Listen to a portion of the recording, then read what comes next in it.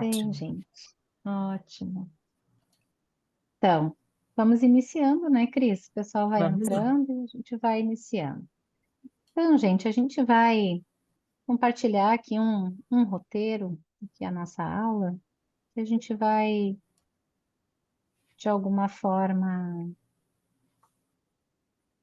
guiar a nossa apresentação. Eu vou compartilhar como apresentação, vamos ver se vai, porque às vezes ele não aparece como apresentação. Para mim apareceu, para vocês apareceu como apresentação? Não, não, Não. não apareceu, não. Não? Para Tá. variar, mas tudo Para bem. variar, é normal, é. Não, a gente vai assim. Vamos assim que eu já sei que assim vai dar. É, então, gente, assim, falando um pouquinho desse início, né, da aula, eu vou passar um, um breve roteirinho, assim, de como que vai ser essa aula, para que vocês possam, de alguma forma, se guiar também, saber o que que vai acontecer hoje aqui. Então, a gente vai falar sobre as dores da alma, né? Então, como a psicoterapia pode acolher as questões espirituais. E nós vamos, então, iniciar nos apresentando, para quem não nos conhece, nos conhecer. Nós vamos depois falar um pouquinho sobre essa alma, o que que é essa alma, trazendo também depois algumas pesquisas que vão falar sobre questões relacionadas à espiritualidade. Nós vamos propor a vocês, né? Quem quiser, fique à vontade para fazer ou não, né? Uma pequena vivência também, que vai buscar desenvolver algumas questões que nós vamos trabalhar com vocês. E, por último, nós vamos trazer toda a questão do manejo clínico, da psicoterapia, de como que funciona esse acolhimento, tá? Então, só para que vocês saibam o que nós vamos fazer hoje nessa aula. Bom, eu vou fazer essa. Eu não sei se vocês enxergam bem. Cris, como é que tu enxerga? Tu enxerga a mim e outras pessoas? Só a mim? Como é que é? Eu enxergo você e algumas outras pessoas no canto ah, E direito. assim, só quem fala. Isso? Só Eu tu. continuo enxergando as pessoas do meu canto direito. Tá. Não, Tá? tranquilo, a gente vai. Acho que é a visão de cada um. É. Tudo bem. Você já tentou colocar ali em apresentação de slides lá em cima? Dá na mesma? Não, não roda? Deixa eu ver. Ali onde tem animações, transições, animações, isso aí, ele não vai lá do começo. Foi? É, não, ele não vai mesmo. Vai, o Depois a Zoom ele gente tem vai isso. entender o que que é. Nas Vamos, nossas aulas, a gente várias vezes tentou em isso. algum momento a gente vai descobrir o que A acontece. gente... É. É, Milena, bom, ali do diga. lado do tempo que tá correndo, tá escrito view. Não sei se tá conseguindo ver. E ali tu pode mudar. Do tempo que está correndo aonde?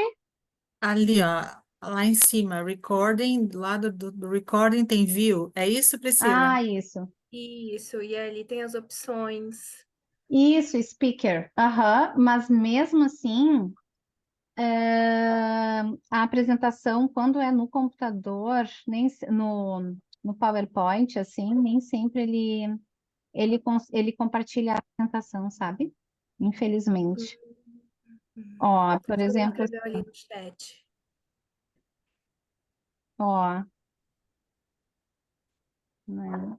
Isso é uma coisa que a gente não foi ainda, né? É, o que estão falando aqui no chat, né? Que primeiro a gente tem que colocar no modo apresentação, aí depois a gente Compartilhar. É, compartilha, talvez seja isso.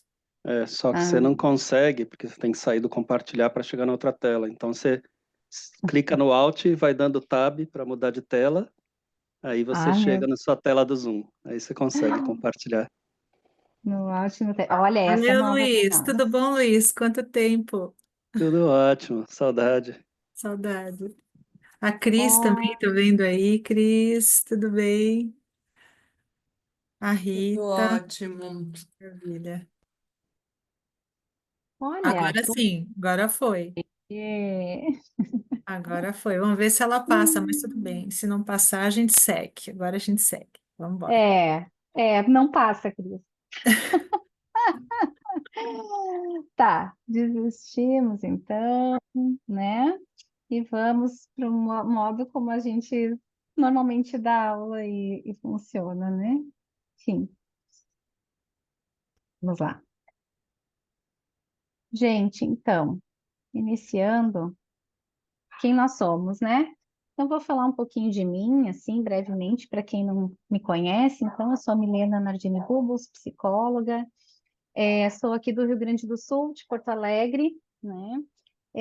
Sou especialista em transpessoal, em psicologia transpessoal, mestre e doutora em psicologia, e meu doutorado ele foi em psicologia clínica sobre o tema especificamente do manejo clínico de espiritualidade na psicoterapia, né? Depois eu vou compartilhar um pouquinho com vocês como foi meu estudo de tese, a gente vai falar um pouquinho sobre isso, né? Eu sou coordenadora do Comitê de Psicologia Transpessoal aqui da Sociedade de Psicologia do Rio Grande do Sul, que é uma sociedade que agrega psicólogos aqui do estado. Sou colaboradora também do Departamento de Psiquiatria e Espiritualidade aqui da Associação de Psiquiatria do Rio Grande do Sul. E faço parte também do Eurotas, que é a Associação Europeia de Transpessoal, desde 2018, que venho junto com eles, assim, desenvolvendo alguns projetos. E então eu sou psicoterapeuta transpessoal, chancelada pela associação, né, membro profissional, e trabalho então como psicoterapeuta transpessoal, docente, né, sou supervisora clínica. Minha ênfase é em psicoterapia transpessoal, há 20 anos que trabalho com psicoterapia, né? Me formei na PUC em final de 2004. E sou também pesquisadora do PROESP, que é o Programa de Pesquisa em Experiências Não Ordinárias e Estados Alterados de Consciência do Instituto de Psiquiatria da USP, né? Aqui embaixo coloquei o nosso logo aqui da Alma Consciência, né? Então, junto com a Cris, nós somos proprietárias, né, dessa escola, Alma Consciência, que depois, né, a gente vai conversar um pouquinho também sobre a questão de cursos. E sou também fundadora, diretora do Unitatis, Instituto de Psicologia e Saúde Multidisciplinar, que fica localizado aqui em Porto Alegre. E no Unitatis, então, eu tenho estagiários do último ano de psicologia que vêm fazer a clínica comigo. A orientação é humanista transpessoal, então sou supervisora de estágio de graduação de psicologia e também dou supervisão para profissionais também da área, tá?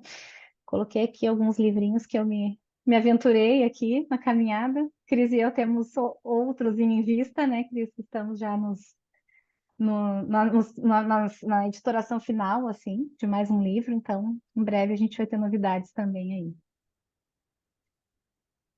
Isso, Cris. Ok, então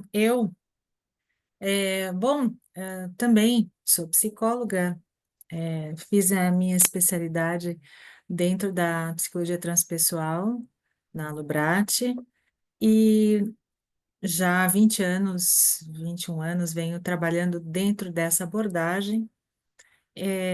Tenho um mestrado em psicologia do desenvolvimento ali na USP, onde eu trabalhei muito a visão winnicottiana do desenvolvimento, e depois fiz o meu doutoramento pelo IPQ, Instituto de Psiquiatria aqui da USP, trazendo um olhar aí sobre as experiências religiosas e espirituais na população brasileira. Sou professora de cursos de graduação e também sou membro do conselho diretor da International Transpersonal Association, que é essa associação internacional de transpessoal criada pelo Stanislav Grof em 1978 e que continua até hoje. Sou psicoterapeuta, então, transpessoal há 35 anos, trabalho com psicoterapia e desde 1992, especialmente nos primeiros 10 anos da minha carreira clínica, eu dediquei meus estudos e minha prática ao trabalho com pacientes de câncer, pacientes e famílias com câncer. A Rita Macieira, que é uma grande especialista na área, deve estar aqui nos ouvindo, me conhece dessa época, né, Rita? E, bom, agora mais velha, né? Resolvi voltar a estudar e trazer uma perspectiva mais, vamos dizer assim, acadêmica, mais científica, para complementar a minha própria jornada dentro dessa questão da espiritualidade e a saúde mental. E por isso, depois do doutorado, engajei também nesse grupo maravilhoso que é o ProExp, que é esse programa de pesquisa em experiências não ordinárias e estados alterados de consciência ali do IPQ também. Junto com a Milena, faço parte da Alma Consciência e a gente tem essa missão, né, de trabalhar muito nessa interface, da gente conhecer um pouco mais, pesquisar e construir esse campo, né, de atuação dessa interface entre espiritualidade e saúde, especialmente saúde mental. Então, é por isso que a gente está aqui hoje, muito feliz de ter vocês todos. E vamos lá, vamos embora. Vamos continuar, né? Seguimos. Muito bem. Se eu conseguir passar aqui. Ah, foi. Gente, então. Consegui aumentar um pouquinho aqui. Iniciando então, né? Falando um pouquinho sobre a alma. Então, né? Esse nome, alma, que para a gente é tão importante, né? Que a gente tem essa. Não é à toa que a gente deu o nome dessa escola de alma consciência, né? Porque o nosso objetivo é integrar as questões da alma com a configuração acadêmica, científica, com tudo que exige a academia, né? Então, a gente, olhando um pouquinho para essa alma, né? O que que significa, né, em grego? É, alma significa respiração, né? Então, que semanticamente a gente desenvolveu para alma, espírito, e posteriormente foi transcrito para psique, né? Então, a psique, não sei se vocês já ouviram falar no mito da psique, em que ela era apaixonada, não se apaixonou por Eros, que era filho de Afrodite, e que ela quer muito ficar com ele, só que ela é mortal, né? E o Eros, ele é um deus. E para ficar com ele, né, então a Afrodite estabeleceu alguns desafios, algumas provas que ela teria que cumprir esses desafios para poder então ficar com ele. E ela vai cumprindo essas provas até que em algum momento ela não consegue cumprir algo, mas os deuses sempre a ajudam, assim, ao longo dessas provas que ela passa, né? E ela consegue, então, eles intervêm, né? O Cupido intervém ali no final ali dos desafios e, de alguma forma, ela consegue, então, a aprovação da Afrodite e fica, né, com o Eros. Essa história, né, ela nos remete aos desafios que a gente tem na vida, porque quando ela fica com Eros, ela se torna uma deusa imortal, ela bebe uma bebida que ela se torna imortal. E essa imortalidade, de alguma forma, diz desse caminhar, né, daquilo que permanece, né, no sentido dessa essência, né, que a gente pode dar esse nome de alma, e que é o estudo, é o objeto de estudo da psicologia, né? Porque psicologia vem de psique e vem de alma. E nós, ao longo da história, assim, da psicologia, da psiquiatria, a gente muitas vezes não atribui a devida atenção a isso, e os cursos de graduação, eles vêm também cada vez mais falando menos dessa alma, né? Então, no sentido simbólico, né? Porque os mitos, eles ilustram coisas que são da nossa esfera mais interior e também coletiva, eles dizem respeito a aspectos nossos, né? E a psique, então, ela fala desse nosso lado que busca desbravar, que busca ir atrás, evoluir, né? Superar os desafios, mas que também é muito sutil, muito, como é que eu vou dizer? é aquilo que permanece, né? É aquilo que se mantém independentemente do físico. Então, fala diretamente das questões psicoespirituais, né? Então, a gente muitas vezes não olha dessa forma, né, para psicologia, mas na essência do nosso nome é isso que significa. Pensando nessa alma, então, quais são as dores da alma? Então, a gente traz aqui alguns autores, né, que vêm falar um pouquinho dessas dores para nós. E quando um paciente chega para a gente no consultório, ele vem falando das dores dele, né? Ele vem pedindo ajuda, ele vem querendo ser ouvido, querendo ser compreendido, acolhido. E muitas vezes, né, a gente precisa ampliar esse olhar, essa escuta, para poder, de fato, compreender quais são as dores dessa alma, porque nem sempre também aquilo que a pessoa traz como uma queixa é, de fato, aquilo que precisa ser trabalhado, né? Às vezes tem outras coisas que estão implicadas ali e que não são diretamente o que a pessoa traz, né? Muitas vezes ela sente, por exemplo, uma falta de sentido, né? Uma falta de propósito, uma sensação de incompletude. Muitas vezes eu recebo assim pessoas no consultório que trazem demandas assim eu tenho, né, um bom trabalho, eu tenho uma família maravilhosa, tenho saúde, mas às vezes não tenho vontade de sair da cama, às vezes está muito difícil para mim, enfim, algumas sensações, né, de mal-estar.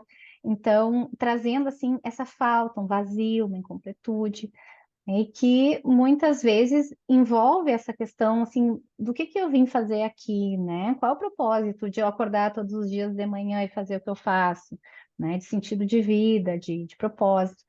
E isso, às vezes, a pessoa chega assim com aquele diagnóstico pronto, não, eu tenho depressão, né? Já diagnosticaram, tem depressão. E a gente vai olhar a fundo, né? E essa depressão é um nome que se dá para um conjunto de sintomas, mas não define aquela pessoa. E olhar para a pessoa é o mais importante quando ela chega até nós, né? E isso faz com que a gente consiga acessar a dor dela e, de fato, conseguir trabalhar com ela essa dor. Não sei se queres falar, Cris. Eu me empolgo, vou falando aqui. Não, pode falar, eu acho que é isso mesmo. É a gente falar das dores da alma, no fundo, a gente está falando de psicoterapia, né, como esse cuidado e essa escuta mais atenta e mais profunda a essas dores, né, que são as famosas queixas, os sintomas, mas de fato, se a gente for mais profundamente observar, a gente está falando de coisas muito grandiosas, né, que são o fundamento da nossa existência, né, que são o propósito, o sentido, o significado que a gente dá para as nossas experiências aqui na vida, né? Então, de fato, a gente está falando de algo que, nosso entendimento, é de natureza espiritual. Então, essas dores da alma, elas refletem necessidades espirituais, psicoespirituais, né? Isso. Então, nós trouxemos aqui, por exemplo, né, dentre vários autores que nós estudamos e trabalhamos, por exemplo, Viktor Frankl, né, que é o fundador da logoterapia, que é a abordagem que ele mais se destaca, né, o que ele criou, o legado dele, em que ele vai criar essa abordagem a partir de uma grande dor que ele teve quando enfrentou o campo de concentração na guerra, em Auschwitz, e ele passou por muitas perdas, né? Ele ficou realmente sem pessoas que ele amava muito. A mulher dele foi morta, os pais também na guerra, né? E, e ele, a partir disso, ele começou a ver o porquê que algumas pessoas sobreviviam à guerra, ficavam, mesmo assim, tendo sobrevivido, permaneciam, porque muitas, mesmo tendo sobrevivido, elas se matavam. Elas mesmas acabavam com a vida delas por não, parece assim, perdi o sentido, não sei por que eu tô aqui mais, agora não tenho mais família, não tenho mais, né, o meu trabalho, daqui a pouco ele não existe mais, enfim. E ele começou, então, a ver que as pessoas que permaneciam bem, no sentido de não atentar contra a própria vida, de não se perderem de si mesmas, né? Assim, no sentido de cair numa depressão, numa ansiedade, num transtorno de estresse pós-traumático, tudo que vem com a guerra, né? Eram aquelas pessoas que tinham um sentido maior de vida. Então, o Viktor Frankl, ele traz muito a questão de que não nos importa o porquê, muitas vezes, né, de algo, mas sim o para quê. Para que eu passo por isso? Para que eu, eu estudo, eu trabalho, eu vivo? Qual é o sentido maior, né? O para quê. E isso é algo muito valioso, assim, nesse contexto clínico, porque as pessoas buscam esse para quê. E a gente traz aqui, claro, outros autores que a gente vem estudando, né? A gente não vai se deter muito nisso agora, né? Francis Vaughan, o Maslow, o Steve O próprio Taylor, Steve Taylor. É né? isso. Então, só Vamos para dar seguir. uma palhinha. É. É isso. Então, né, a gente está falando do que seria essa dimensão espiritual, e segundo os autores que nós estamos trazendo como referência, o despertar espiritual, como eu disse antes, ele reflete as necessidades espirituais, e a gente sabe, todo mundo já conhece, né, a pirâmide das necessidades de Maslow, e poucas pessoas sabem que além dessa autorrealização, que seria essa última etapa dessa pirâmide, Maslow apontava para a necessidade de transcendência, para esse último aspecto da transcendência, né? Como realmente aquilo que vai ao encontro desse sentido, desse propósito na vida, né? E que é algo que se amplia. Então, de fato, a dimensão espiritual ela está ligada, né, a, a esse desenvolvimento do ser humano ao longo da vida, onde ele vai conquistando, degrau a degrau, as suas necessidades, ele vai conseguindo satisfazer as suas necessidades, desde as mais básicas até as mais profundas, as mais subjetivas e existenciais, né? Ele se preenche de sentido, ele desenvolve o seu potencial, mas ele ainda vai além, né, quando ele se coloca a serviço, né? Então, essa é a parte da transcendência, onde ele se relaciona com algo maior do que ele próprio, né? E essa é a dimensão espiritual que, na verdade, ah, nós sabemos que é algo natural, é como uma parte natural, um aspecto, né, da nossa natureza humana, né, e que pode ou não ser desenvolvido, né? Então, você pode escolher desenvolver essa espiritualidade, vamos dizer, essa relação com esse algo maior do que você, né, que você pode ou não chamar de Deus, ou de natureza, ou de vida, ou de família, enfim, mas que você pode conscientemente ou não desenvolver, e se você desenvolve, né, você consegue chegar a esse despertar, né, que é, na verdade, ou seria, na verdade, o objetivo de qualquer trabalho de crescimento, de autodesenvolvimento humano, né, o despertar. E esse despertar espiritual, ele pode ou não ser religioso, né? Não necessariamente a espiritualidade é religiosa, né? Algumas expressões espirituais se dão através da religião e das práticas religiosas, outras não. Então, é muito importante isso, porque na psicologia, na psicoterapia, nós não vamos lidar com as questões religiosas no sentido de fazer nenhum tipo de apologia a crença nenhuma, porque nós vamos seguir sempre aquilo que os nossos clientes e pacientes nos trazem, né? Mas, de alguma forma, a orientação e o direcionamento é no sentido da realização do potencial último daquela pessoa, daquele indivíduo que está ali, né? E é no sentido de ampliar a sua visão e a sua consciência para a realização desse potencial e desse despertar dentro dele, né? Então, o Steve Taylor, que é aquele autor que vocês viram no outro slide, ele fala que ele fala que esse despertar espiritual, ele é realmente uma mudança na cognição. Volta um pouquinho, Milena. Isso, na É. cognição, no comportamento de uma pessoa, né? E tem algumas características que a gente pode perceber. Por exemplo, a gente percebe que uma pessoa está despertando, né? Ou está, vamos dizer, desenvolvendo essas suas capacidades, né? Através de uma quietude maior interior, uma maior abertura e sensação de estar conectada com tudo, de que não está isolada nesse mundo, né, que todas as coisas estão de alguma forma como se comunicando e conectadas. Há um maior senso de altruísmo, de autenticidade, né? A pessoa lida com a verdade, com a própria autenticidade e muito mais consciência do momento presente, do aqui e agora. A pessoa está muito menos lá no passado, no futuro, ansiosa ou depressiva, ou muito mais aqui, agora, apreciando e sorvendo, né? Vamos dizer assim, absorvendo toda a riqueza do momento. Isso. Quer falar, Pode Mi? seguir, Pode Cris. falar. Não, acho que pode seguir. Então, a dimensão espiritual, como eu falei, ela é natural no ser humano, que escolhe ou não desenvolvê-la em maior ou menor medida, né? Como eu falei, pode estar vinculada à religião ou não.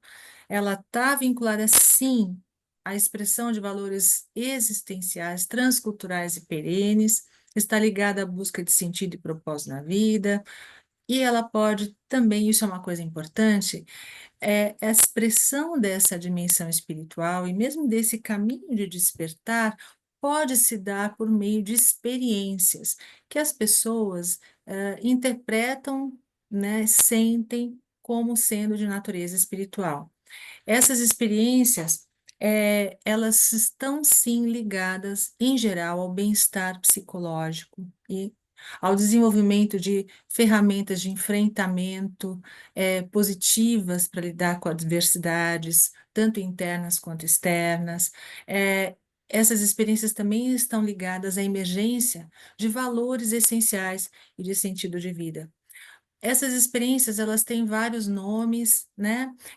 A gente pode interpretar como sendo de natureza espiritual, mas na ciência, por exemplo, têm sido estudadas também com outros nomes, por exemplo, experiências anômalas, experiências incomuns, experiências excepcionais, né? Experiências transpessoais, ah, experiências de estados não ordinários de consciência e assim por diante, experiências holotrópicas, assim, as experiências têm nomes diversos, nem todas são iguais, obviamente, elas são fenomenologicamente diferentes na sua expressão, mas de alguma forma, algumas experiências elas são sentidas como tendo um direcionamento, como direcionando ou servindo, né, ao indivíduo como um meio para que ele acesse algo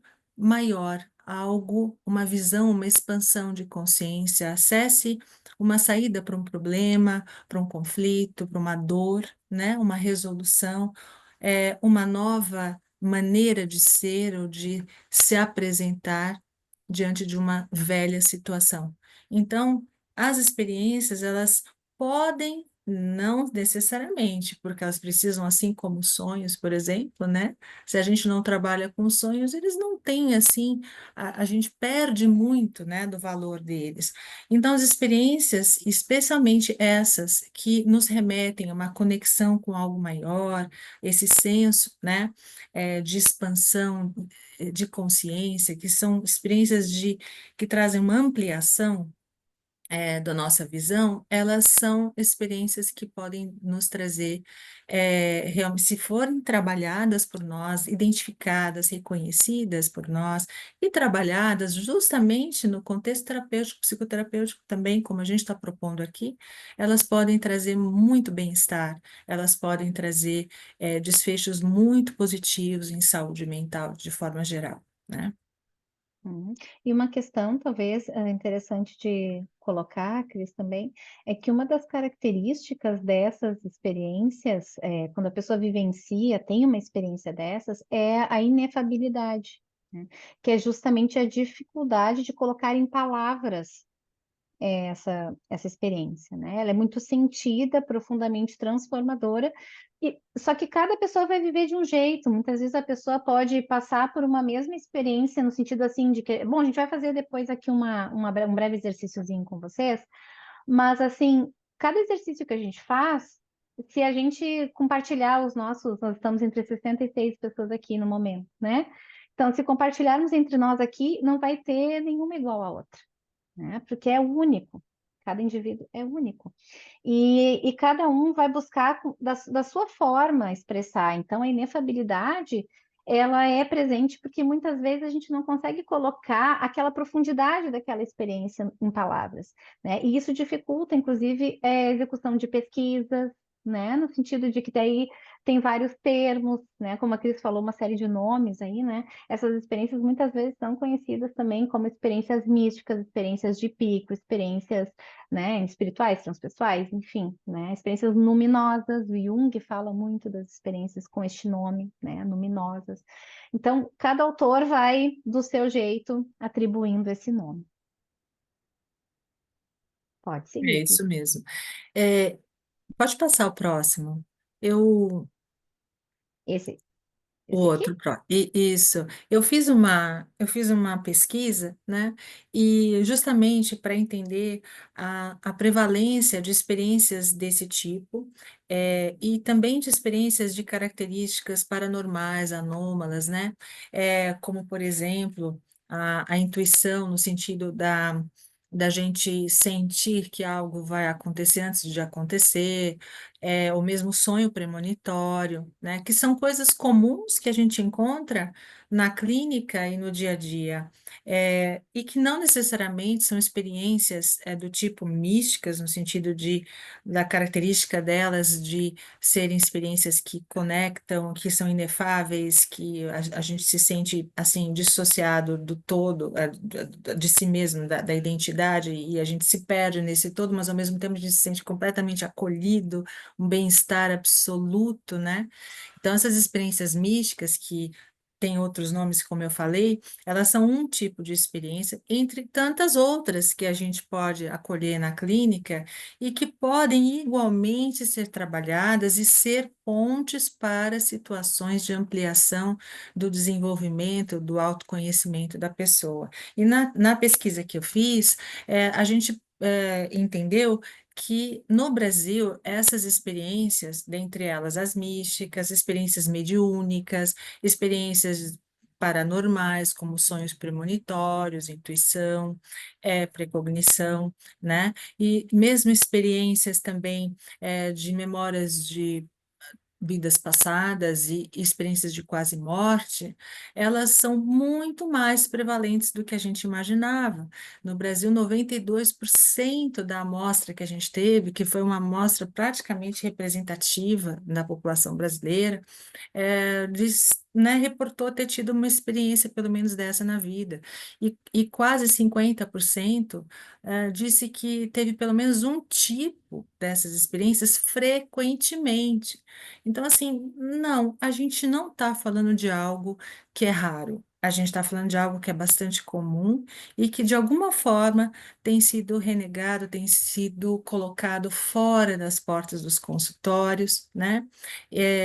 As pessoas não se sentem à vontade para falar dessas experiências com seus terapeutas, na maioria das vezes, com psiquiatra, com médico, né? Vai falar somente lá no centro espírita ou lá com o seu conselheiro espiritual, seja de que religião for, né? Porque essas experiências parece que são um indício de loucura, Estou ficando maluca, né? Não, né? Muitas vezes, e a maioria das vezes, elas são experiências a serviço de uma possível transformação, né? Uma possível ampliação né, do entendimento sobre si mesmo, seu propósito, seu sentido de vida, mas para isso a gente precisa trabalhar essas experiências. Então, eu trouxe esse slide aqui só para vocês terem uma ideia de como elas são frequentes na população. Elas são experiências que dizem respeito a nós, porque elas não acontecem só no contexto religioso, no contexto místico, no contexto espiritual, elas acontecem no contexto da nossa vida diária, né? Então, elas fazem parte da nossa vida. Vamos seguir. Então, trazendo até um pouquinho aqui a pergunta que a Flaviana traz, né? Se essas experiências se poderiam ser consideradas as crises da vida. Na verdade, não é que elas sejam as crises da vida, mas elas podem levar à crise no momento em que a pessoa não consegue integrar muito bem essa experiência, entender? Elas podem ser críticas no sentido de gerarem algum tipo, né, de incômodo, de necessidade de mudança, de aquilo que é velho não serve mais, e o que que eu faço agora? Então, gera uma crise de sentido de vida, né? Então, tem relação, Flaviana, nesse sentido, tá?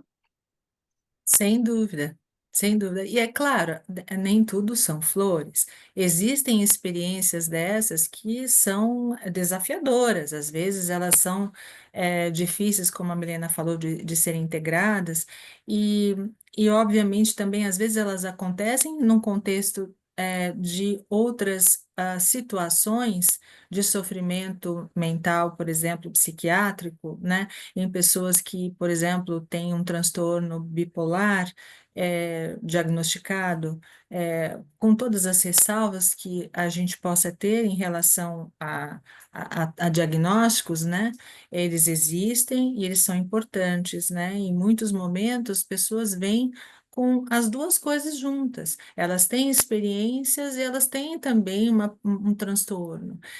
Às vezes, as experiências elas podem levar a um tipo de perturbação ou de sofrimento maior, justamente como a Mi falou, né? Por elas não serem integradas, por a pessoa não saber o que fazer com elas, não conseguir encaixá-las na vida, né? E às vezes o contrário também, né?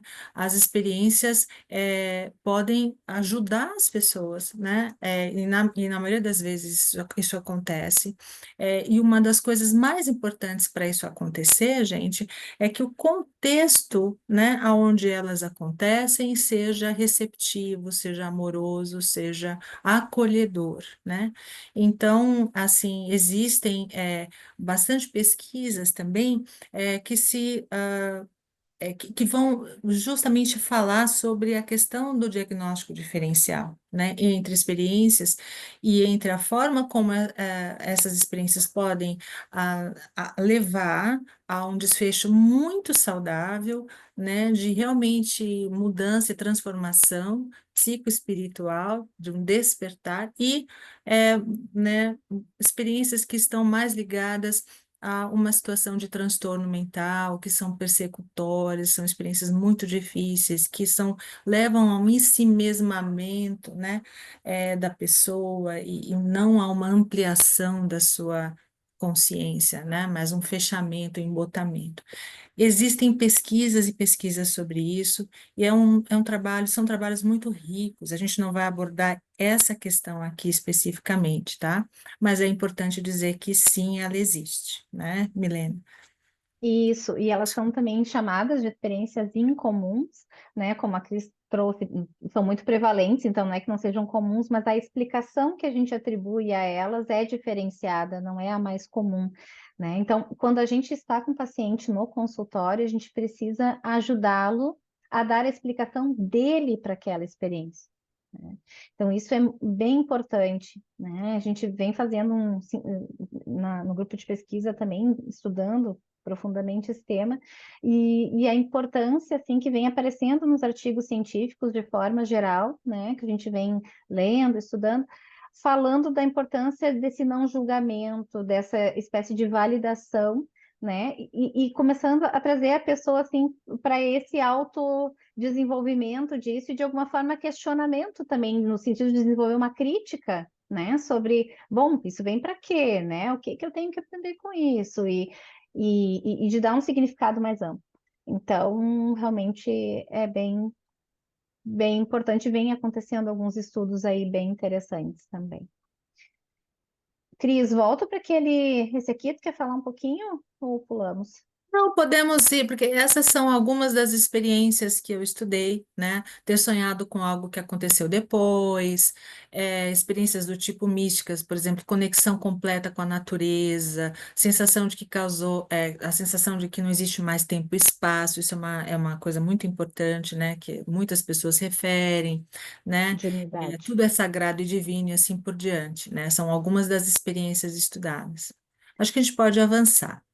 Isso vocês encontram também mais informações na tese da Cris, né? Isso, isso. E a Que gente chama. pode depois passar para vocês mais referências e artigos para vocês conhecerem e lerem a respeito. Tem muita coisa escrita já. Isso. Então, é isso que a gente estava falando, gente. Despertar espiritual é um termo, inclusive, que está sendo colocado e proposto pelo Steve Taylor, mas também seguido por alguns outros psicoterapeutas, inclusive tem um artigo que saiu recentemente falando sobre isso, né? Do Spickles, e ele fala isso, né, que o despertar espiritual é frequentemente considerado um estado mental incomum associado a tradições religiosas e espirituais, mas, como eu havia falado antes, né, as descobertas recentes, e Maslow já falava isso, né, ele já propunha isso quando ele trouxe a psicologia transpessoal, que esse despertar também pode se manifestar em indivíduos que não estão envolvidos em práticas tradicionais, né? Não fazem meditação, não fazem oração, não vão ao templo, à igreja, ao culto. Não, são pessoas que estão lá caminhando, veem um pôr do sol maravilhoso, sentam numa pedra, como o Marcelo Gleiser, né? Relata no depoimento dele, né? Senta lá na pedra, observando o pôr do sol no mar, e aí tem uma experiência dessas, né? De total êxtase, né? E de conexão com algo maior que mexe profundamente com a vida dele, né? E isso mesmo. Então, gente, o processo de despertar, isso é interessante, que o Steve Taylor estudou através de uma amostra de pessoas que ele entrevistou, que existe um certo caminho, né? Um processo que envolve quatro aspectos principais. Então, a pessoa passa de uma identidade mais egocentrada, o que eu falei antes, em si mesmada, né, para uma visão mais expansiva. Ela está menos preocupada com ela, com o que ela pensa, o que ela faz, etc., mais com o entorno, com a forma como aquilo que ela faz e o que ela é pode impactar as pessoas, né? Ela vai expandir em vez de se encolher. Mudança de foco. Então, o foco passa a ser no momento presente, menos no passado, menos no futuro. A gente fica menos ansioso, né? Querendo controlar as coisas, menos angustiado, né? Querendo, enfim, reviver coisas que não se pode mais viver. E, no entanto, a gente aproveita esse momento presente. As pessoas que estão nesse caminho também passam por uma terceira fase, que é o cultivo de uma presença centrada no coração. Isso é um aspecto absolutamente importante, eu queria deixar aqui, ressaltar com vocês, porque dentro de 35 anos de experiência clínica, eu nunca vi nenhum processo ser bem-sucedido a não ser dessa forma. Quando se cultiva essa presença, essa atenção e se desenvolve esse amor, né? Essa gentileza, essa compaixão para si mesmo e para os outros, né? Então, é através desse sentimento que pode parecer piegas para algumas pessoas, mas de fato eu acho que muito ainda vai ser pesquisado sobre o poder do amor, né? É o poder terapêutico, mais do que já foi, né? Porque realmente faz parte do processo de despertar, né? Esse cultivo. E existe em nós uma presença amorosa que permanece, que está ali, a despeito de qualquer sofrimento. E essa presença começa a ser então sentida, né, por nós. E aí fazer a transição de um foco externo para um foco mais interno, né? Dentro dessa expansão que a gente está atingindo, né? Ainda assim, a gente está mais ligado, mais conectado com a nossa natureza interior, com o nosso interno, do que com o que os outros estão pensando, com o que está acontecendo lá fora, apesar de que nós estamos aqui, né, materializados, né, vivendo um mundo onde temos interferências o tempo todo, mas a gente não perde a conexão interior.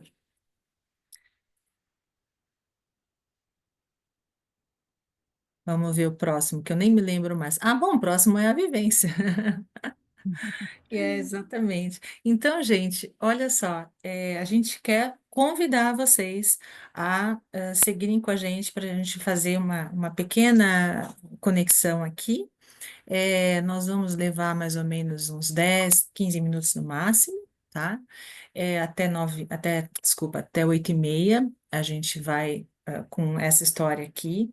E aí depois a gente se encaminha para a finalização da aula, que ainda tem mais coisas, especialmente mais práticas, né, para a gente comentar e falar sobre esse approach, sobre essa forma de lidar, né, com as questões espirituais. Mas assim, eu acabei de falar para vocês dessa questão do coração, né? Pois é, eu quero propor a vocês que a gente faça uma experiência desse tipo agora, né? Que a gente vá para dentro da gente, a gente vá para dentro desse coração simbólico, sutil, como vocês quiserem chamar. Só sintam isso e nós vamos tentar encontrar essa presença dentro de nós. Essa, esse algo dentro de nós que nos observa, que está presente sem julgamentos, com bastante curiosidade, amorosidade, que está ali, né? E nós vamos tentar encontrar, pelo menos conectar, ainda que de uma primeira forma, ainda que de uma forma breve, essa presença através do coração, e nós vamos ver se ela realmente subsiste ou não através dos tempos. Então, eu queria convidar vocês a ficarem mais confortáveis, a largarem as coisas agora aí. Quem quiser vir comigo aqui, conosco, quem não quiser, pode só ficar tranquilo, ouvindo a música, que não tem problema nenhum. E quem quiser, então, vamos lá. Vamos fechar os olhos. A gente vai Tá bom o tentar som? encontrar uma posição bem confortável. Aumenta um pouquinho o som só, Milena. Pode aumentar só um pouquinho. Isso, tá ótimo. E agora a gente vai fazer algumas respirações bem profundas,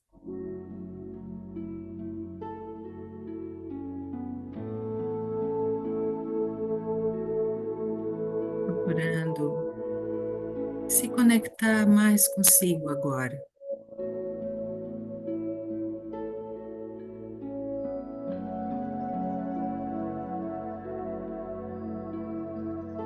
E nessa conexão, vai percebendo o seu corpo aqui agora,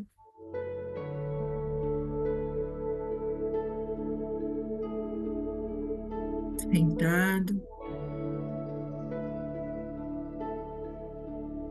Vai percebendo a sua respiração.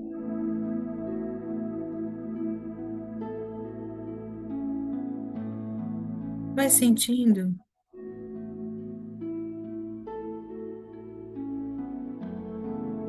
quais são as sensações aí presentes, percebendo os ruídos, os sons,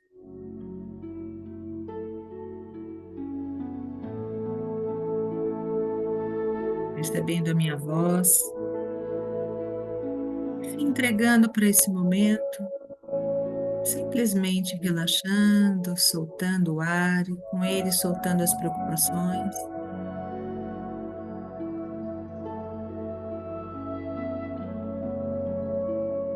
Apenas estando aqui agora com você,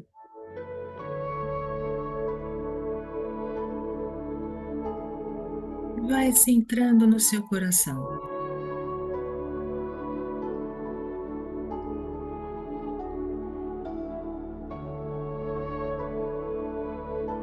Vai percebendo essas qualidades do coração amoroso,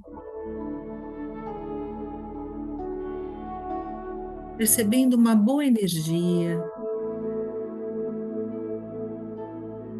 talvez uma luz, uma luminosidade, que você percebe ao se concentrar no seu coração, no coração sutil, nesse lugar em você,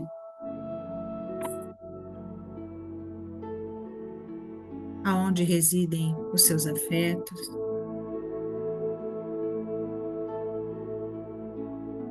Você vai sentindo esses bons afetos, essa amorosidade, essa compaixão, essa autocompaixão, a gentileza.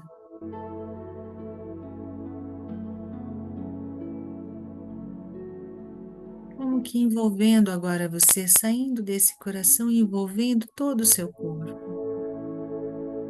envolvendo o seu entorno, criando uma bolha de luz, uma bolha de luz amorosa.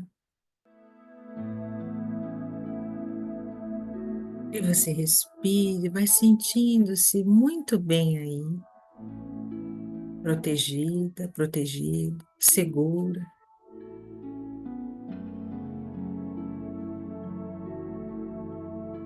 Você vai então se permitir fazer uma pequena jornada. Vai buscar agora dentro dessa segurança, dessa tranquilidade, dessa amorosidade, vai buscar uma memória de um evento no qual você participou, onde você estava presente, de algo que aconteceu, fez alguns meses ou mesmo alguns anos atrás, nesses últimos 5 anos da sua vida. Deixe a sua consciência escolher um evento, um fato que você estava presente.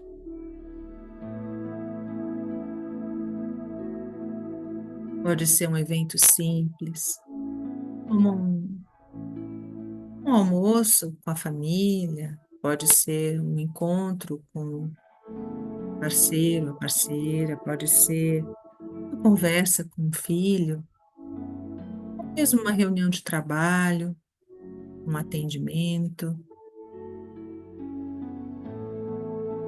Deixe a consciência te trazer.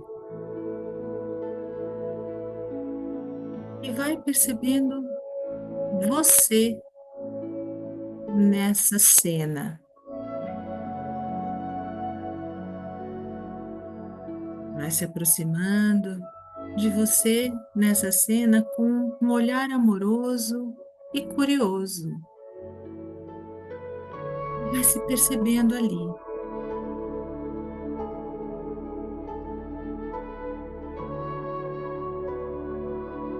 Vai percebendo seus gestos. Se você pudesse se ver agora num filme, como se você pudesse participar desse filme, mas de uma forma silenciosa e invisível, observando, mas sentindo profundamente essa empatia, essa compaixão por esse ser que você vê aí nessa cena. É você. Percebe?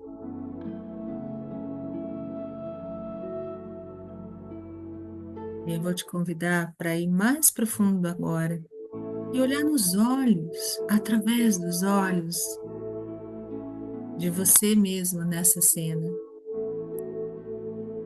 E percebe ali uma inclinação natural, uma disposição natural sua, algo autenticamente seu, que está ali, por detrás desses olhos, desse olhar.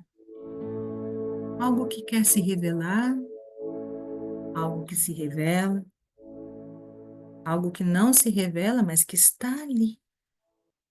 Uma disposição autêntica da sua natureza interior, da sua essência. Observa.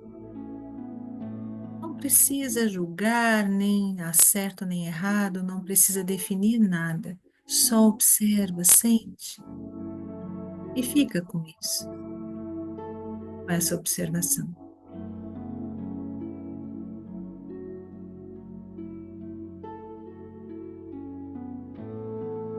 Então, vou pedir que você se despeça dessa cena e vá respirando profundamente, limpando essa cena agora da sua mente. Nesse momento, respirando para fazer essa limpeza. Respira, solta o ar. E você vai então novamente sentir-se presente, porque nós vamos mais uma vez trazer agora à memória uma outra cena. Agora, uma cena da sua adolescência, onde você participou, um evento, um fato qualquer que venha à sua memória nesse momento. Perceba-se lá, perceba-se presente nessa cena.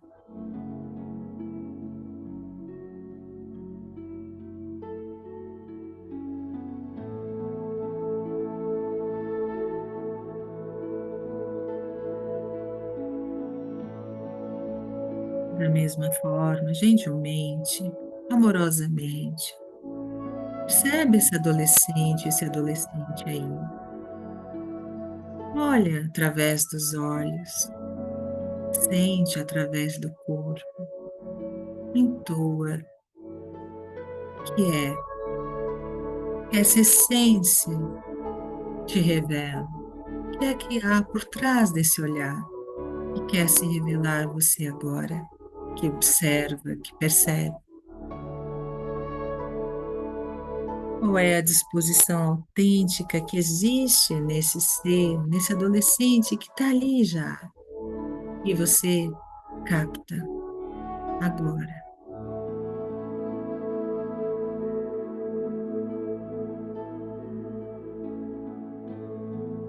Mesmo que tenha sido algo que não tenha sido materializado, falado, colocado em ação, mas é algo que você observa através do interior desse adolescente, através dos seus olhos,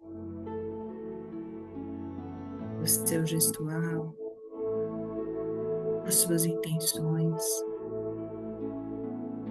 E fique com isso.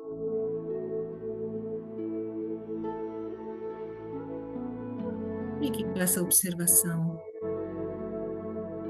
Capte isso. Registra.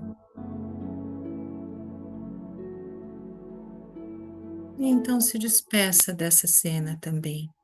Feche essa cena na sua mente. Respira bem profundamente. Solta todo o ar e limpa da sua cabeça essa cena, porque nós vamos para uma última jornada. Coloque-se aqui agora, de novo com a disposição amorosa. Agora, traga uma cena da sua infância, e pode ser de qualquer momento da infância. Pode ser, inclusive, de um momento que você nem se lembra direito por ser tão pequeno ou pequena. Não importa, deixe a consciência te trazer. Talvez ela traga apenas uma sensação e não um evento, um fato. Mas talvez traga também um evento em que essa criança participou. Cuidadosamente e muito amorosamente esteja ali observando essa criança que é você.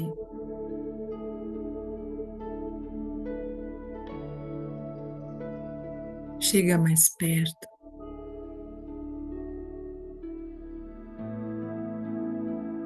Observa e acolhe o que vem.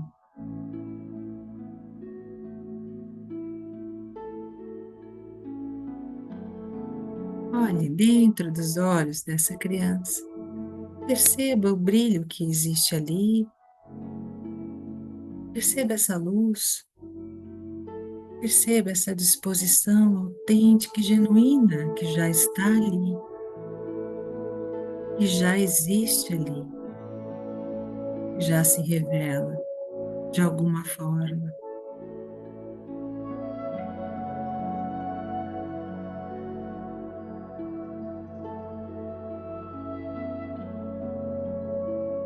E capte essa natureza interior, essa essência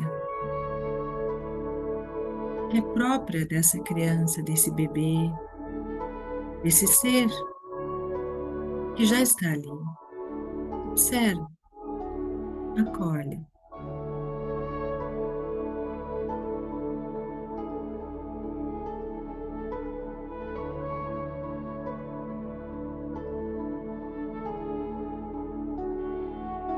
Então, mais uma vez, despeça-se dessa cena, feche essa cena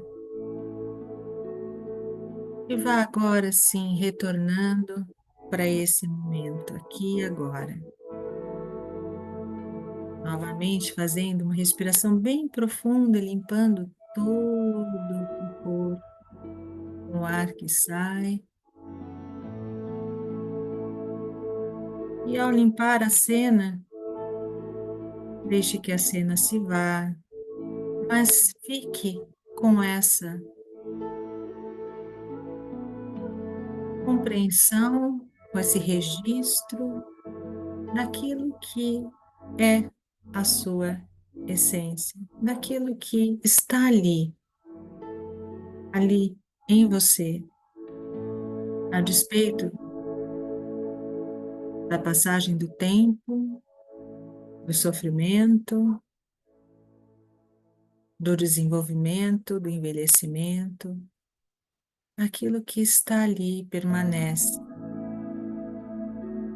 e que se revela a você como uma inclinação, uma disposição muito autêntica, ainda que às vezes incipiente, mas que você talvez conseguiu perceber de uma forma breve.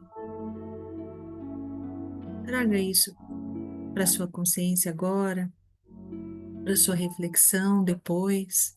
E se quiser, anote o que é que você percebeu, o que é você encontrou aí nesses 3 momentos que revelam essa mesma essência, essa mesma disposição, essa mesma característica que talvez seja a sua própria expressão de alma.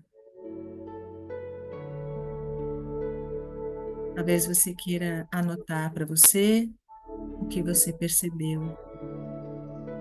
E talvez aqui, então, a gente entenda que isso pode ser um caminho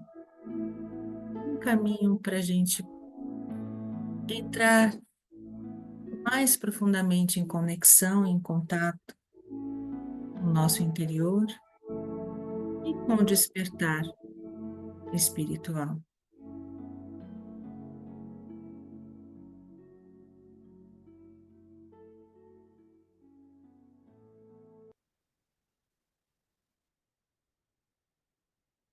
E depois que vocês escreverem, se alguém quiser compartilhar brevemente, uma pessoa talvez, Acho que colocar no chat, né, Cris, que depois a gente pode exato, talvez ler, né, isso. porque em função do Talvez não horário a dê gente não tempo da consegue. gente ficar comentando, nem essa a proposta, mas a gente gostaria de saber, sim, se alguém teve algum insight, alguém conseguiu perceber um pouquinho mais, entrou em contato com essa essência, com essa alma, talvez com essa disposição, e Mais ainda, né? Se isso traz para você aqui agora uma pista de como também isso pode te ajudar, né?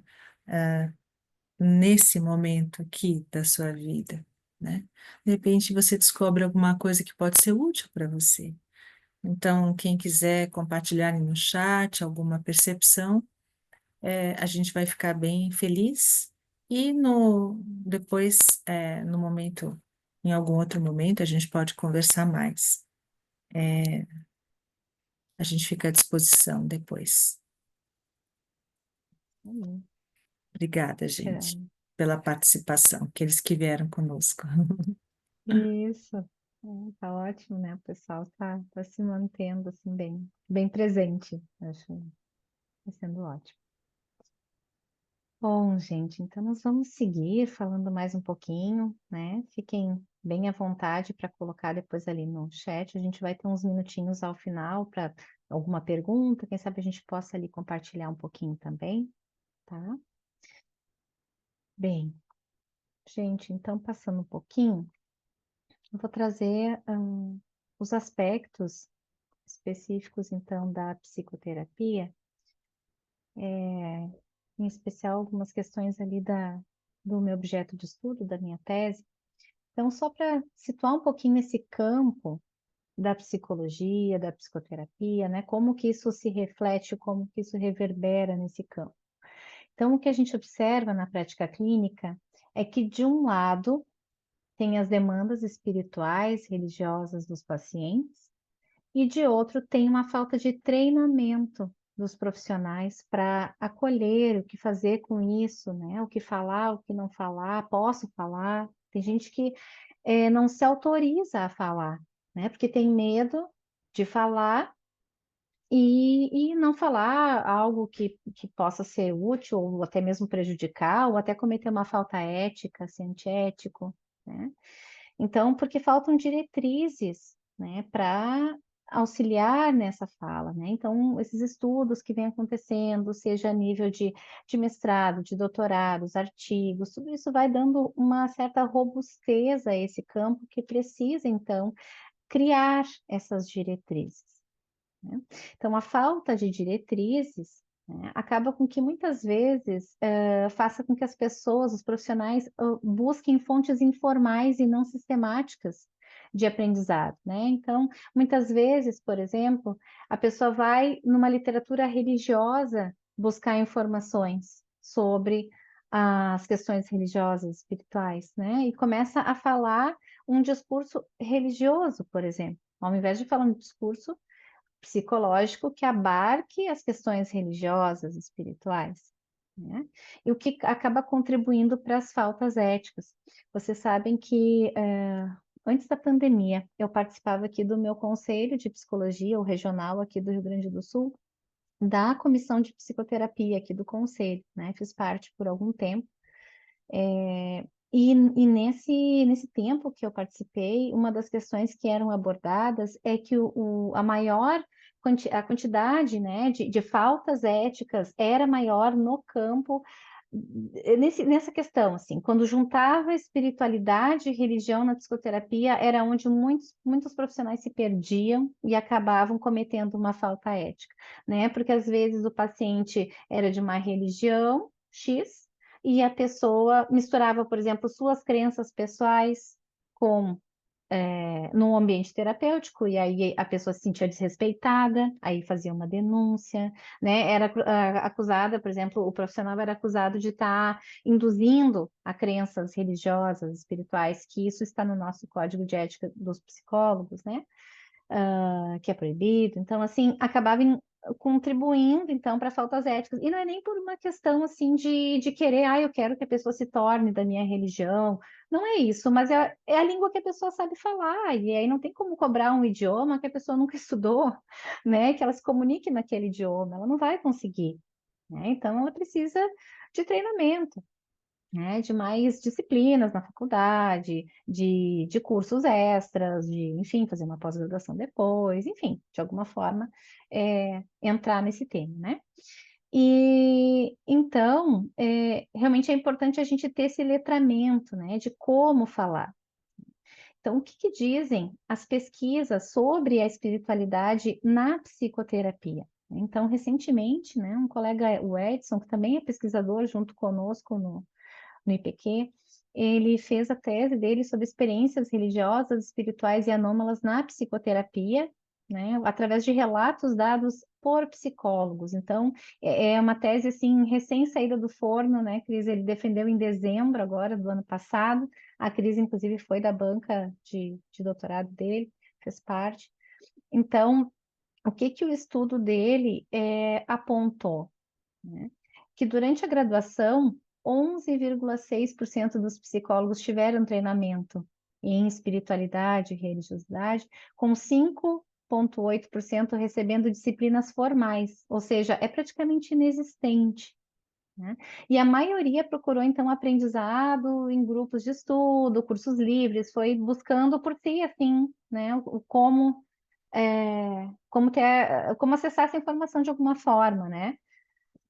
Após a graduação, 32,5% relataram ter recebido treinamento, especialmente em grupos de estudo, né? Ali, desses 53% em grupos de estudo e programas de especialização, 47,8%, né? Então, para que vocês vejam como é algo que as pessoas buscam, assim, muito fora, muitas vezes, do meio acadêmico, né?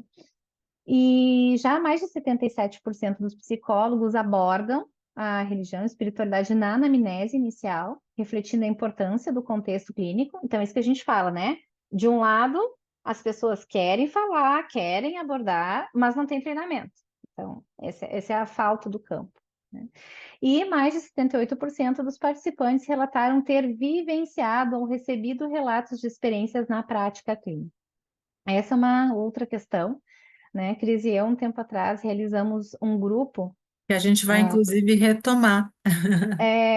Exatamente, realizado só com psicólogos e terapeutas, para que os profissionais relatem as suas experiências, né? Um grupo de trocas de experiências espirituais que eles passam, tanto pessoalmente na sua vida, quanto na prática clínica, né? Então, não era assim um grupo de supervisão, não era com esse intuito, mas era no sentido de compreender melhor essas experiências, de ajudar até os profissionais a dar um sentido às suas experiências e trocar, né? Porque o grupo é muito rico, a gente aprende muito uns com os outros, né? Então, Exatamente, realmente. porque essa é uma parte muito pouco falada, né? Se as pessoas agora, as pessoas, eu digo, até o meio acadêmico mesmo, né? Tá conseguindo abordar mais especificamente, mais diretamente a questão, né?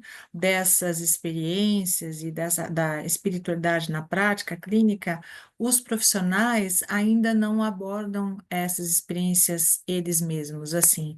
É, ok, eu vou estudar o que meu paciente traz, mas eu não digo, né, se eu tenho ou não tenho, o que que eu senti. Então, assim, ainda existe muito chão, né, para a gente entender um pouco melhor, primeiro, que essas experiências, elas acontecem dos dois lados, né, e, inclusive, na relação terapêutica, no contexto da relação terapêutica, elas são bastante prevalentes, né.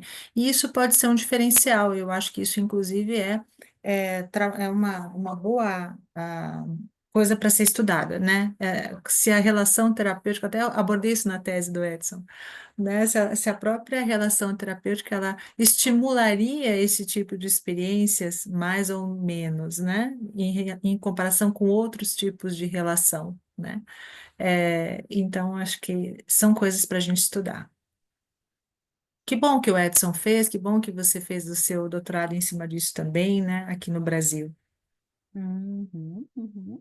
Quer comentar sobre essa parte, Cris? Então, e assim, as experiências, muitas vezes, né, na terapia, elas aparecem, elas são conforme eu tinha explicado antes, né, elas são experiências diversas, de mediunidade, etc, etc, mas esses são nomes, né, que a gente dá para descrever, mas como é que elas aparecem nos relatos, nas sessões, por exemplo? Então,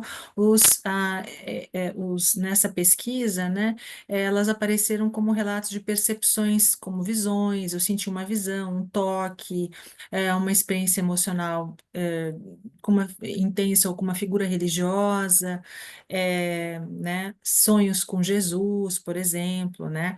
Então, são formas de como essas experiências acabam sendo reportadas, né? Eu senti que falei com Deus, né? A minha oração foi atendida, eu tenho certeza, né, que isso confirmou, né, a minha fé. Eu tive um sonho que aconteceu, eu tenho essa experiência, por exemplo, na clínica muito frequentemente, sonhos premonitórios, né, sonhos que se realizam. Então, isso é bastante relatado, aparece, assim que vocês vão receber, né, revelações ou comunicação divina, relatos destacaram sonhos, visões, práticas religiosas, como falar em línguas, mensagens percebidas como direcionadas pela própria divindade. Então, a pessoa, e isso é importante nas pesquisas, né, que, assim, a questão subjetiva é importante a interpretação que a pessoa dá sobre a experiência, né, e é como ela interpreta a experiência, né. E muito importante, que eu acho que você quer falar sobre isso, Milena, o coping religioso, né, especialmente aqui, o negativo. Isso, porque o coping religioso, não sei se vocês já ouviram essa expressão, é um conceito que vai tratar do quanto a gente utiliza, as pessoas utilizam das questões religiosas, espirituais, das suas crenças, de forma positiva, para dar força, para dar mais, muitas vezes, para se apoiar naquilo como uma forma de superação de crise, de explicação, enfim, ou então de forma negativa, né? Ou seja, para se punir, para gerar de alguma forma, para se colocar para baixo, contribuindo para questões depressivas, para ansiedade. Então, às vezes a religião ela pode ser usada de forma tanto positiva quanto negativa, dependendo de como a pessoa se relaciona com o sagrado, né? E às vezes a gente observa muito isso na clínica. Eu tive já casos no consultório de que a questão era essencialmente religiosa e que se a gente não olhasse para a religião como um objeto de estudo e terapêutico, né? Como a essência ali daquele processo, a pessoa não conseguiria sair daquela situação, né? Então, a gente precisa, de fato, olhar como isso aparece, né? Porque a pessoa, quando está dentro do conflito, ela não consegue ter essa crítica de que aquilo está sendo negativo, de que ao invés de aquilo ajudar ela, aquilo está colocando ela para baixo. Só que aos poucos a gente, com um manejo adequado, sem julgamento, né, sem uma ideia assim de eu vou te mostrar a verdade, porque nós não temos a verdade sobre nada, né? Mas nós vamos questionando de uma forma que a pessoa se dê conta assim, pois é, né?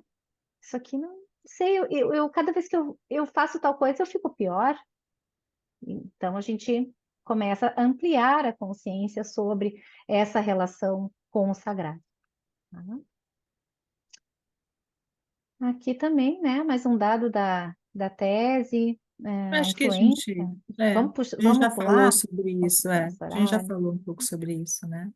Isso. Então, como a gente faz quando os pacientes relatam as suas experiências? Aqui eu trago um pouquinho aqui da minha tese, que inclusive foi resumido, de certa forma, nesse livro que se chama O Desenvolvimento de Competências para o Manejo Clínico de Espiritualidade na Psicoterapia, né? Um manual para psicoterapeutas. O que que eu fiz, né? Eu busquei desenvolver um instrumento, né? Eu criei um instrumento que mede competências dos psicoterapeutas. Então, competência significa habilidades, conhecimentos e atitudes, né? Então, eu não tenho como, por exemplo, pegar e ler um livro e sair aplicando aquilo e achando que eu tenho a competência de fazer. Eu preciso ler, eu preciso refletir, eu preciso treinar, eu preciso me desenvolver, né? Porque as competências religiosas, espirituais, tanto que a literatura aponta e que eu identifiquei também no meu estudo e criei um instrumento a partir disso, elas vão muito num sentido do desenvolvimento de uma autoconsciência, de uma autopercepção, né? Então, quando o paciente fala alguma coisa e aquilo me incomoda, aquilo eu até não falo nada daqui a pouco, mas assim, aquilo me dá um apertinho aqui, assim, não caiu bem. Tá, o que que isso significa? Aí eu vou olhar o meu processo terapêutico, eu vou olhar para os meus preconceitos, para as minhas dificuldades, eu vou pedir supervisão. Então, tem várias formas da gente lidar com isso, né? Então, eu busquei desenvolver um instrumento que identificasse essas competências, né? Que eu vou mostrar aqui para vocês um pouquinho. E, a partir disso, eu tenho um treinamento de como desenvolver essas competências. Esse treinamento, ele foi validado, né, academicamente. Até vou passar primeiro para essa parte aqui, depois eu volto. Ele foi validado, esse treinamento, e foi publicado nesse artigo, né, no início do ano passado.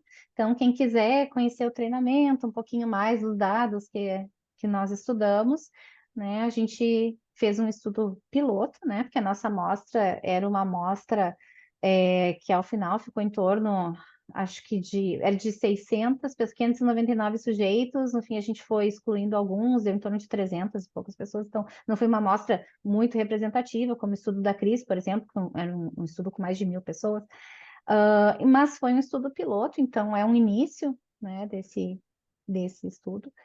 E a partir do desenvolvimento do instrumento, né, a gente identificou 5 principais fatores que esse instrumento ele mede e que são a base dessas competências. A primeira é abertura, acolhimento e consideração ao tema na psicoterapia. Então, o quanto eu estou de fato aberto, de fato eu ouço, eu acolho, eu considero isso como um tema que merece ser olhado, que merece o tempo de sessão, né? Que merece ser integrado na psicoterapia. Porque às vezes eu posso... por que eu digo de fato? Porque às vezes as pessoas dizem, não, mas eu falo de qualquer coisa, tá tudo certo. Mas aí a pessoa fala e dá aquele... Então, assim, será que de fato eu estou aberta? Né? Então, é um aspecto bem importante. O segundo, a espiritualidade do terapeuta na relação terapêutica, né? Então, assim, o quanto as minhas crenças ou não crenças ou preconceitos, enfim, de alguma forma se reflete ali naquela relação e o quanto isso conduz a desfechos positivos ou negativos no âmbito clínico. O terceiro é o diagnóstico diferencial entre experiências religiosas, espirituais e experiências e transtornos mentais, né, que é um pouquinho do que a Cris falou ali no início, que às vezes são coisas diferentes, às vezes é como se elas se interconectassem, né, uma permeasse a outra e as coisas, a gente precisa entender esse mecanismo, esse funcionamento, e realizar esse diagnóstico diferencial. Inclusive, existem algumas diretrizes de quando a pessoa está passando por uma experiência religiosa, espiritual, de como que a gente pode ajudá-la a passar melhor por essa crise de emergência espiritual, que a gente chama, né? O conceito do Groff, que emergência pode ser tanto no sentido de emergir a espiritualidade, quanto no sentido de urgência, de emergência, de crise, né? De estar passando por uma crise. Então, é bem importante fazer esse diagnóstico. Outra questão é a investigação clínica, ou seja, é perguntar sobre isso na anamnese, de alguma forma trazer o tema para a sessão, né? E, por último, a autoconsciência. Tá? Aqui, eu trago aqui brevemente algumas competências que a literatura aponta, e foi a partir delas que eu desenvolvi meu instrumento também. Dentre elas, então, ir além de suas perspectivas pessoais a respeito da religião, da espiritualidade, né? Ou seja, orientar a prática sempre em relação ao que o paciente traz, né? Se o paciente é de uma determinada religião, eu vou ter que falar, por exemplo, se ele fala do líder religioso, eu vou ter que falar o nome desse líder religioso, se ele é um padre, se ele é um pastor, se ele é... Enfim, eu vou ter que falar aquela linguagem, né? A pessoa não pode ser de uma religião e eu trazer o líder religioso de outra religião, por exemplo. Essa é uma coisa básica, mas às vezes a pessoa não conhece muito bem aquela religião. E aí a gente chega e diz para o paciente, olha, é novo para mim isso, tu pode me explicar? Tu pode me contar? Como é que é? Como é que é o líder religioso? Como é que vocês chamam? Né? Como é que tu te relaciona? Tu tem acesso a falar com essa pessoa? Ela é acessível? Como é que são os rituais? Como é que funciona? Né? Isso é uma das competências, né? A gente ter tem humildade o nome disso, mas é assim, uma abertura no sentido de mostrar para o paciente assim, bom, realmente a gente não sabe, e a gente está ali para Exato. aprender juntos. né? Eu acho que isso é muito legal que você está falando, Samir, porque o que a gente quer ajudar o paciente a desenvolver dentro dele, que é essa escuta amorosa, o observador dentro dele que amorosamente acolhe e curiosamente quer conhecer o que se passa, é também a própria atitude do terapeuta frente a essas questões todas. Assim, a gente é curioso, a gente quer entender, que a gente quer saber quem é, o que faz, como é que faz. A gente está ali humildemente querendo ouvir, a gente não sabe, né? A gente vai ouvir. Então, acho que é muito dos dois lados isso. É muito legal o que você está falando. É isso. E então, assim, por último, então, assim, alguns pontos, né? Isso envolve essa autenticidade, por exemplo, né? Essa autoconsciência de também identificar as nossas limitações, as nossas dificuldades, né? Muitas vezes, olha, esse caso eu não consigo atender, eu não consigo me sentir bem com isso, eu não consigo entender como é que funciona isso, não me soa bem. Encaminha, busca Os supervisão, nossos busca preconceitos terapia, também, né? conceitos, É. né? Então, assim, usar a religião, a espiritualidade como algo que pode ser um recurso, né, para a pessoa ficar bem, para a pessoa se fortalecer, para a pessoa se motivar, ou então identificar quando o coping é negativo também e aquilo está sendo prejudicial, né? Então, é conseguir ampliar a visão sobre essas questões religiosas e espirituais, tá? Bom, gente, acho que de forma geral era isso, né? E a gente vai pegar, a gente está praticamente no nosso horário, a gente vai falar mais uns 5 minutinhos só, né? Para a gente encerrar. Trazer o nosso curso, né, Cris, que eu acho que Uhum. essa aula ela representa, assim, muito desse nosso esforço em traduzir, trazer esse treinamento que a gente viu ali, que as pesquisas mostram que os profissionais não têm, que a gente quer, enquanto psicoterapeuta, dar um bom atendimento para o nosso paciente, e muitas vezes a gente não sabe como. Então, a gente pensando nisso, a gente montou, né, a gente desenvolveu esse curso para poder responder a essas questões e desenvolver essas capacidades, né, no sentido de conhecimentos, habilidades, atitudes. Por isso que é um curso muito teórico-vivencial, por isso que a gente fez questão de fazer Exato. uma vivência aqui hoje, né, no intuito de despertar um pouquinho, assim, um gostinho do que é esse caminhar, né? É um caminho que a gente percorre. Então, Exatamente. E assim, né, gente, a nossa ênfase nesse curso é essa integração desses fenômenos da consciência, né? Porque muitas vezes esses fenômenos, essas experiências todas, elas ocorrem não só quando a gente está fazendo, como a gente explicou, uma meditação ou coisa assim, elas ocorrem no dia a dia ou muito, muito frequentemente após algum momento complicado na vida da pessoa, um momento de estresse, uma morte, uma perda, né, um acidente, enfim, um divórcio. Então, são momentos assim de ruptura, né, na vida da pessoa. E essas experiências elas tendem a emergir muito mais nessas ocasiões também. Então, claro que as pessoas então vão procurar ajuda e essa é a oportunidade da gente também oferecer esse apoio, levando em consideração essa dimensão que tanto é renegada, né? Como a Rita falou há tantos anos, né? No começo, quem fazia trabalho com pacientes oncológicos, mesmo com esses pacientes, tinha dificuldade, não podia muito falar nessa questão espiritual, mesmo com pessoas à beira, muitas vezes à beira da morte, né? Como isso está mudando, que coisa boa. Então, assim, o nosso curso ele é muito para pessoas que têm essa prática clínica. Nós sabemos que tem cursos maravilhosos aí em psicologia transpessoal. Não é essa a nossa intenção. O nosso curso não é sobre a psicologia transpessoal, mas sim sobre como a psicoterapia, e aí sim, dentro da visão transpessoal, ela pode abordar essas questões da espiritualidade, dos fenômenos da consciência, né? De uma forma ética, né, de uma forma bem-sucedida, e a gente vai especificamente tratar, né, de casos clínicos, vamos fazer o curso todo, tanto o aperfeiçoamento, mas mais a pós-graduação, a gente vai ter momentos muito de vivências e de supervisão, de atendimentos de casos, a gente vai entrem lá, se vocês quiserem dar uma olhada com mais afinco, né? esse QR Code, vocês entram lá direto na nossa página do curso, onde vai ter toda a explicação, bem pormenorizada ali de todos os módulos que estão ali para vocês. Isso, acho importante trazer, né, que o aperfeiçoamento a gente vai falar puramente, né, dessa área clínica, focada bem em discussão de casos, enfim. E na pós, a ideia é a gente aprofundar ainda mais. Então, a gente vai ter módulos ali, se vocês olharem, vão ter módulos assim, quando a pessoa chega falando, por exemplo, sobre essa questão da depressão, né, que tem ansiedade, que tem TDAH, que tem transtorno obsessivo compulsivo, como é que a gente faz o manejo daí específico em cada situação, né? Então, é bem mais após em relação ao aperfeiçoamento. Antes, ambos falam da psicoterapia, mas na pós a gente vai focar nessas questões bem mais aprofundadas e com muito mais recursos terapêuticos, né? Tanto em termos de técnicas quanto de leituras e de escuta também.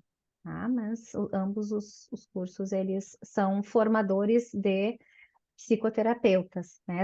É um curso chancelado pelo MEC, né? E também acho que uma última coisa importante de falar é que, assim, a gente tem o curso de extensão que ele ocorreu no final do ano passado, e ele foi gravado e ficou na nossa plataforma, né? Então, os 3 primeiros módulos, né, que dizem também do curso de aperfeiçoamento e pós, eles já estão disponíveis para serem assistidos, né? Os demais serão síncronos, né? E acontecem um final de semana por mês, né? Então, o de extensão também pode, quem quiser só fazer de extensão também pode para conhecer, mas aí é uma forma mais ampla, assim, vai conhecer a psicologia transpessoal de uma forma bem mais ampla, né? Bem específico dessa questão teórica. Já a psicoterapia, não, daí o enfoque, tanto é que o público muda ali, porque o nosso enfoque é realmente fazer trocas clínicas, né? Pessoas que estejam trabalhando na clínica. Isso, Então, gente, nós buscamos os melhores professores, tanto aqui no Brasil quanto fora, né, que são representantes genuínos, assim, que vêm trabalhando com afinco nessa área, tá? Então, nós estamos recheados de professores de outros países que fazem parte das associações de transpessoal e vêm trabalhando e produzindo, pesquisando nessa área. Então, é isso, gente. Eu acho que, em nome da Alma Consciência, junto com a Milena, a gente queria muito agradecer a presença de vocês. A gente vai entrar em contato com vocês e quem quiser entrar em contato conosco, a gente está disponível para conseguir responder as questões que a gente não respondeu, né? E também para responder outras dúvidas que emerjam aí sobre esse assunto e sobre o curso também, tá? A gente vai colocando ali naquele grupo mais materiais, se vocês quiserem, e a gente pode ir se comunicando, né? Mas eu queria agradecer a presença de vocês e espero que a gente possa se rever em breve, né? Em outra ocasião como essa, quem sabe, ou mesmo no curso, né? isso, a ideia, né? Fiquei pensando aqui, a gente tem o curso e vocês nos têm ali nos contatos do Isso, curso, qualquer coisa, nos procurem, podem mandar mensagem isso. individualmente, a A gente gente responde, a responde. gente tira dúvidas, né? Tem também o WhatsApp do Alma Consciência, né? Qualquer coisa também a gente tem uma equipe aí que nos ajuda, então fiquem à vontade, tá, gente? Sejam Gente, bem-vindos, muito esperamos ter obrigada. contribuído. Muito obrigada. Esperamos que a gente, né, tenha conseguido aí passar o recado para vocês. Nos vemos na próxima. Um beijo bem grande a todos. Até. Boa noite, gente. Boa noite, obrigado.